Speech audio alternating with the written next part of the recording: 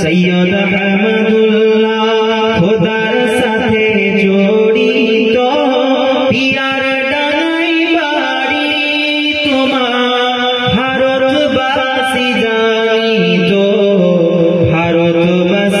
জানিত দাদা পীরের নাত জামাতা তুমি দাদা পীরের নাত জামাতা তুমি খলিফা তুমি পুরফুরা নায়েবে রাসূল তুমি শরীয়তের কর্ণধার শরীয়তের কর্ণধার। আসসালামু আলাইকুম ওয়া রাহমাতুল্লাহি ওয়া বারাকাতুহু।